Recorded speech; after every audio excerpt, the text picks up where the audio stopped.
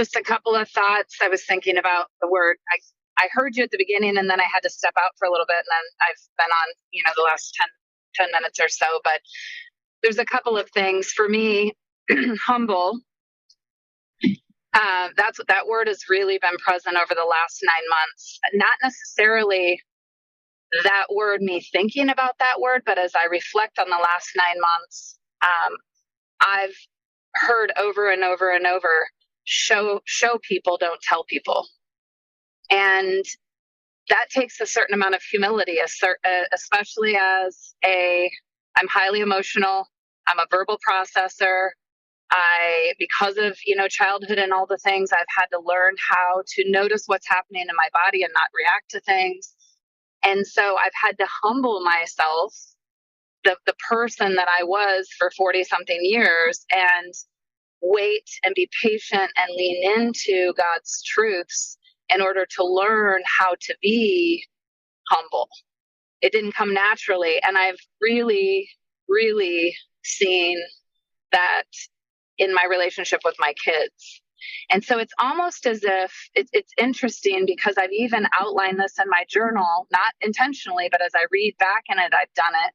As I've gone through the stages of life and I read back even 10 years in my journal, I was doing it the other day, I could see the stages of wanting to do something for me, wanting to do something for God, and now wanting Him to use me to do what He wants to do.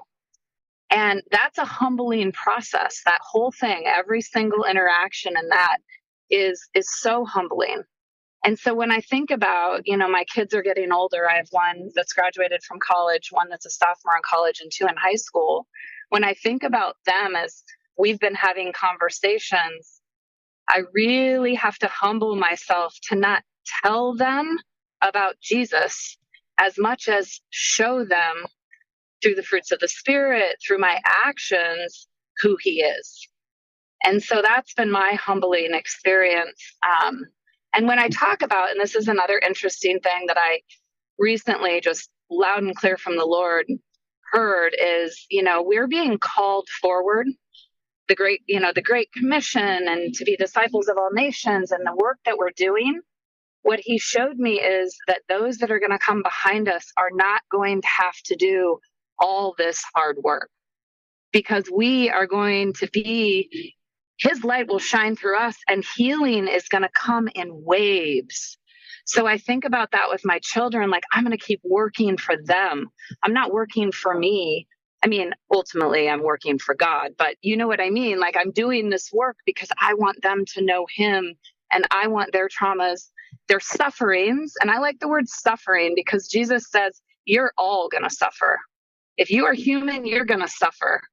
You're not going to be alone in that suffering, but you are going to suffer. And so we all have these sufferings, and He doesn't want us to hang on to those. That's why He went to the cross and died and rose again, is so that we would know He's for us. He's not against us, and He's with us. So